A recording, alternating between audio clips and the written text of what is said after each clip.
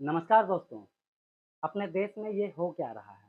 शिक्षा मंत्रालय से पेपर लीक की घटनाएँ रुक नहीं रही हैं, वहीं रेल मंत्रालय से रेलवे एक्सीडेंट की घटनाएँ रुक नहीं रही। जी हाँ, सोमवार का दिन था, कंचनजंगा एक्सप्रेस सियालदह जा रही थी और पीछे से एक मालगाड़ी अचानक आती है और कंचनजंगा एक्सप्रेस को पीछे से टक्कर मार देती है, जिससे कंचनजंगा एक्सप्रेस की जो लास्ट कंपार्टमेंट होता है, वो मालगाड़ी के इंजन के ऊपर चढ़ जाता है और इस घटना में समाचार एजेंसियों के द्वारा 2 लोको पायलट और एक गार्ड समेत 15 लोगों की जान जाती है और तकरीबन 60 लोग घायल होते हैं। आप तस्वीर में देख सकते हैं, देखने के बाद आपको क्या लगता है कि इस एक्सीडेंट में सिर्फ़ और सिर्फ़ 15 लोगों की ही जान गई होगी?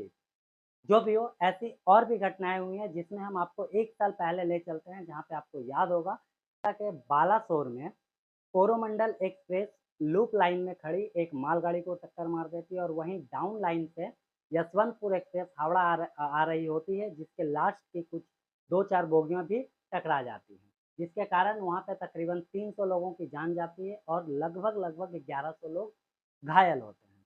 ये दोनों घटनाएँ का ज़िक्र हम इसलिए किए क्योंकि इन दोनों घटनाओं में एक चीज़ कॉमन है, इन दोनों घटनाओं के समय रेल में मंत्री जो थे, वो अश्विनी वैष्णव थे। ठीक है? तो चलिए यहाँ पे हम इस वीडियो में समझते हैं कि कंचनजंगा एक्सप्रेस जो एक्सीडेंट हुआ उसमें आखिर हुआ क्या, ठीक है?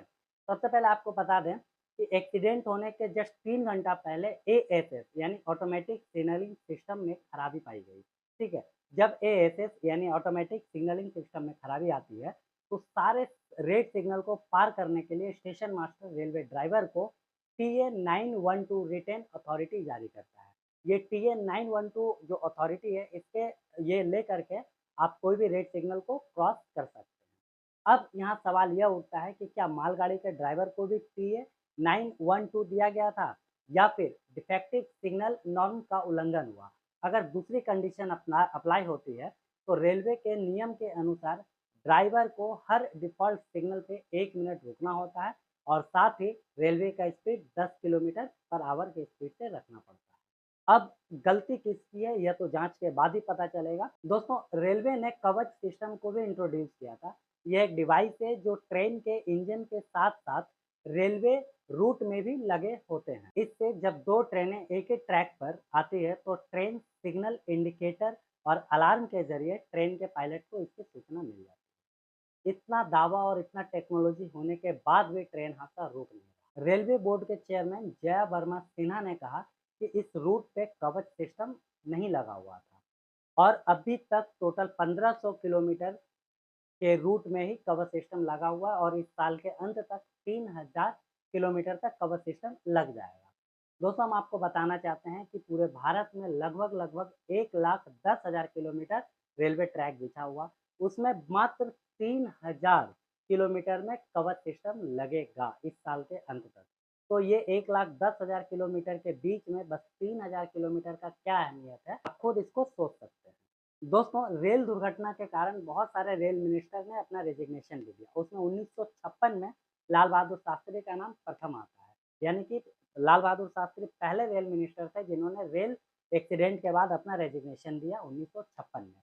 इसके कारण जवाहरलाल नेहरू जो उस समय के प्रधानमंत्री थे, उन्होंने इनकी बहुत सराहना भी की और आगे जाकर के लाल बहादुर शास्त्री जो है वो भारत के प्रधानमंत्री भी बने। दूसरा नंबर आता है नीतीश कुमार का, जिन्होंने 1999 में रेल एक्सीडेंट के बाद अपना इस्तीफा दिया। इसके बाद ममता बनर्जी का नंबर आता है, जिन्होंने सन 2000 में जिन्हें 2 बार रेल दुर्घटना होने के बाद अपना इस्तीफा दी। लेकिन उस समय तत्कालीन प्रधानमंत्री स्वर्गीय अटल बिहारी वाजपेयी जी ने उनके इस्तीफे को नामंजूरी दी।